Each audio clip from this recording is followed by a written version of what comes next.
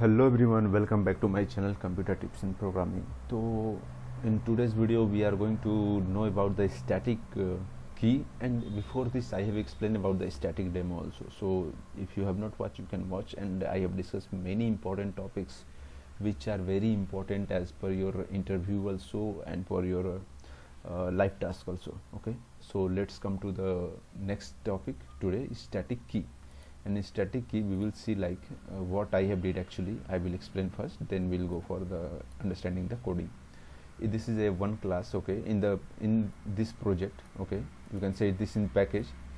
I have created multiple class. Okay, this is our main class and another class where I have passed some parameters. Okay, and in the I have make here pass here parameter to get the details of the every different objects. You can see here in main class I have created two different objects, and for each object I have passed some values. Okay, like you can say their property. Okay, and then I have print them here, like I have passed their to .so, which will show the details of the our employee. Okay, so see here, this is one class. In the employee class, I have passed some parameters like variables. You can say that name, which has a string type, id has an integer type variable, age has integer type variable, and cu, that is string type.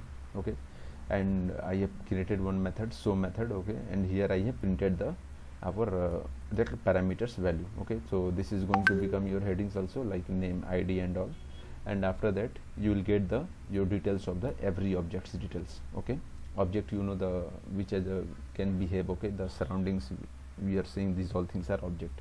So this is Kumar is the object which has a name, id, age, and he is a CEO. Okay, senior type CEO, and same like Sanu also I have passed some values. Okay, so let's run this one and see, and then I have created here like Kumar.So, Sanu.So to get the values. Okay, so run. Before going to run, let me tell you why we are just upgrading the standard of the coding and why it's required.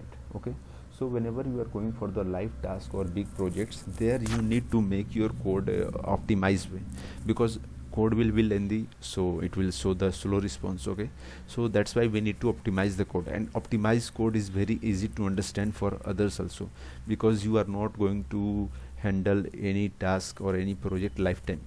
That's you are going to deliver to somebody, so he can understand. That's why optimization is very important, and you will be not every time there to just explain your code. Okay, so it's very important to write your code in optimized way. This is a very good sign of a developers. Okay, so let's see here, and here this is the two objects. Okay, that Kumar and the Sanu.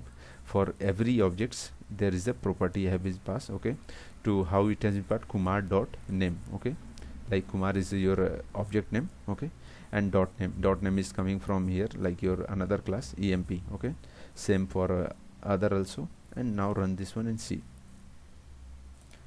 Run as Java application, and you will see here there is the details like name, okay, id, age, and co, and all the details came here. Okay, so you don't require to pass these things again and again for your name. It's bit automatic, it will take and print to you. Okay, so means you can see it here, like one time we created the class, and in class I pass some property, and every time I don't need to pass the headers and everything. Headers will take automatically, and whatever details I have passed, the details will come for every employee one by one. Okay, for every object one by one, you can say. Okay, so this is for your today's topic, and we will see in next topic again. So keep like, subscribe, and comment. See you in, take care, bye bye.